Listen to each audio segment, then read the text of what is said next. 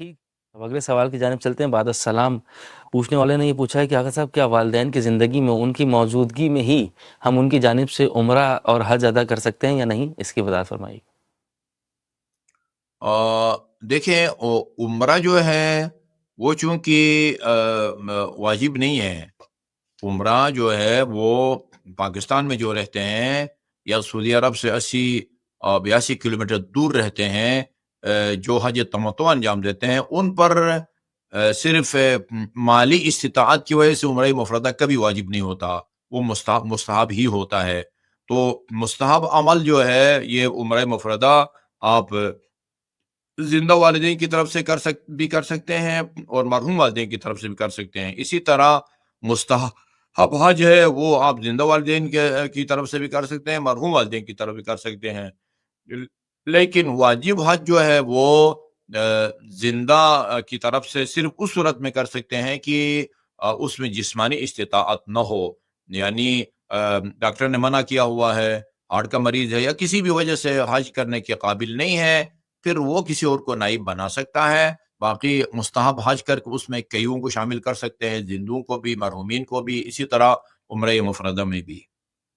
جی آقا صاحب، بہت شکریہ۔ اس کے بعد ہمارے پاس ایک وائس میسج کی صورت میں سوال موجود ہے، آئیے اسے شامل کرتے ہیں۔ السلام علیکم قبلہ۔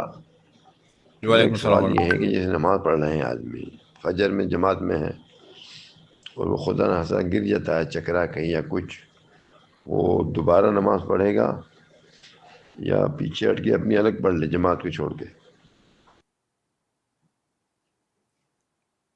وہ جب گر جاتا ہے تو گرنے کے نتیجے میں اگر گرتا ہے اور پھر سنبھل جاتا ہے تو وہ کھڑا ہو کے شامل ہو جائے۔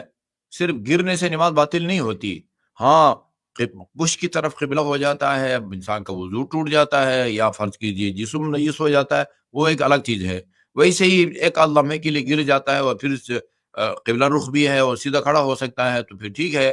اور اگر ایسا نہیں ہے تو پھر ظاہر ہے پھر جماعت سے تو اس کا وہ منقطع ہو جائے گا سلسلہ، اور بعد میں وہ اپنے فرادہ پڑھے۔ دیکھنا یہ ہے کہ وہ گرنے کے نتیجے میں اس کی کیا کیفیت رہی ہے۔ جی آقا صاحب، بہت بہت شکریہ۔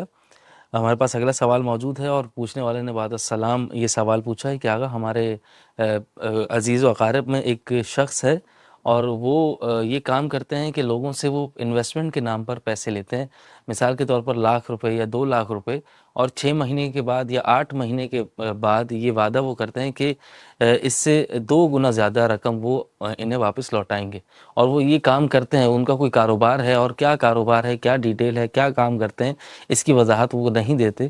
وہ بس پیسہ لیتے ہیں اور پھر وہ ڈبل کر کے لوٹا دیتے ہیں 6 مہینے یا 8 مہینے کے دورانیے میں۔ تو اگر صاحب اس طرح سے پیسے اپنے انویسٹ کرنا اور نامعلوم کاروبار میں لگا کر اس پیسے کو دگنا حاصل کرنا جائز ہے یا نہیں، اس کی وضاحت فرمائیے گا۔ یہ جو اس کی صورت بتائی گئی یہ صحیح نہیں ہے جی، یہ صحیح نہیں ہے۔ دگنا کر کے دوں گا، یہ صحیح نہیں ہے۔ کاروبار میں لگائیں، مضاربہ اسی کو کہتے ہیں کہ ایک آدمی مارکیٹ میں کام کرتا ہے، دوسرے کا پیسہ ہوتا ہے، یا دونوں کا پیسہ ہوتا ہے، اور مارکیٹ میں محنت جو ہے نا وہ صرف ایک آدمی کرتا ہے، تو اس میں قرارداد ان کا اس طرح کا ہو کہ یہ اتنا آپ کا پیسہ ہے، اتنا میرا پیسہ ہے، تو میں محنت کروں گا اور جو کمائیں گے، جو کمائی ہوگی اس میں سے اتنا فیصد آپ کا، اتنے فیصد میرا۔ مثلا میں چونکہ محنت کر رہا ہوں، میرا پیسہ بھی ہے، لہٰذا جو بھی کماؤں گا مثلا 2/3 یعنی 2/3 وہ میرا ہوگا، 1/3 آپ کا ہوگا۔ اگر زیادہ کمایا ہے تو دونوں کو زیادہ ملے گا، کم کمایا ہے تو دونوں کو کم ملے گا۔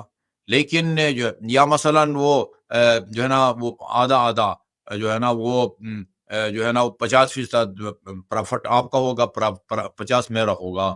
اس میں بھی یہ ہے کہ اگر زیادہ کمایا ہے دونوں کا فائدہ ہوگا، کم کمایا ہو تو دونوں کو نقصان ہوگا۔ لیکن یہ فکس کرنا کہ 6 مہینے کو سال کے بعد دگنا دوں گا، یہ صحیح نہیں ہے جی۔